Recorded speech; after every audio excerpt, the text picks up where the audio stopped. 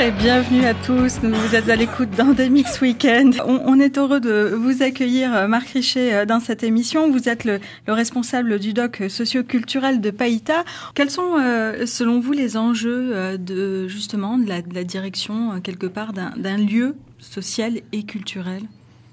Il y a plusieurs enjeux, mais on va dire que dans le contexte calédonien, donc, l'enjeu, tout du moins dans une commune comme Païta, c'est de favoriser en fait la rencontre entre les différentes communautés et faire en sorte que les individus puissent s'épanouir à travers un contexte qui est passé d'un village à une ville. Est-ce que maintenant qu'il y a l'Arène du Sud, il n'y a pas une concurrence entre les deux salles ?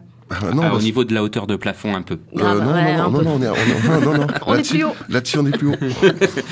Non, en fait, il n'y a aucune concurrence puisqu'on fait pas du tout le même métier. Nous, on fait un métier d'action culturelle ou d'action socioculturelle. L'Arène est avant tout un gymnase. C'est une grande salle qui accueille les Jeux du Pacifique et dans laquelle il a fallu effectivement aménager un peu pour faire des concerts. Il y a 2 semaines, on a parlé de nos hontes musicales. Vous, il y avait des morceaux que vous assumez pas trop d'aimer, que vous écoutez en cachette. Est-ce que j'écoute la radio ? Non.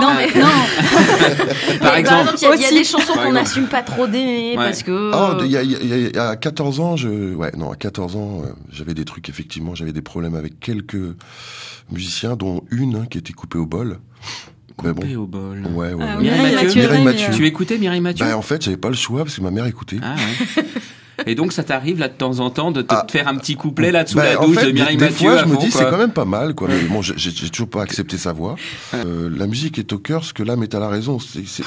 La musique. Oui, c'est bien. On l'enregistre celle-là. Ça, je note. La musique est au cœur. Là, je note l'horaire et on teasera là-dessus. Non. On va jouer comme on a l'habitude de jouer. On ne faillit pas aux traditions, encore une fois. C'est le jeu de la reprise. On va vous passer un morceau et c'est à vous de la reprendre. De deviner.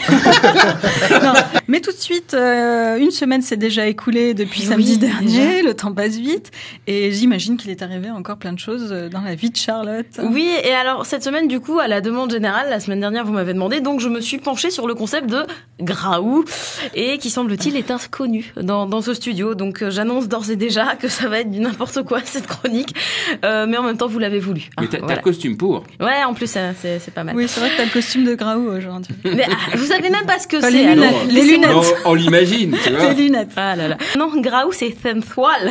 Graou c'est l'adjectif destiné à un être, homme, femme, les deux, on juge pas, qui arrive à la seule force de sa personne à faire grimper la température ambiante de plusieurs degrés. D'où l'utilisation de ce terme quand tu vois cette personne, quand tu entends cette personne, à mi-chemin entre le ronronnement de contentement et le rugissement face à une proie. Ça fait à peu près Graou. Oui, je sais, c'est ridicule. Mes amis disent Gwen, moi. Et modeste avec ça. C'est génial. C'est à moi que tu parles. Il n'y a rien à développer.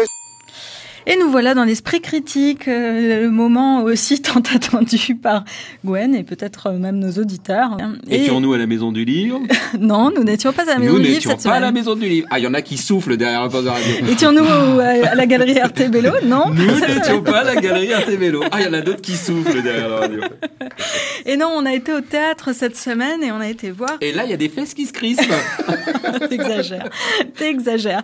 On a été voir Cap ou pas Cap au Rex. C'est une pièce de la compagnie Pacifique et compagnie. Et moi, j'avoue que j'ai trouvé ça assez bluffant. Je sais pas ce que t'en as pensé, Gwen. En tout cas, merci à vous, Marc. Endemix, c'est fini pour cette semaine. On vous retrouve samedi prochain. Et tout de suite, c'est Nia.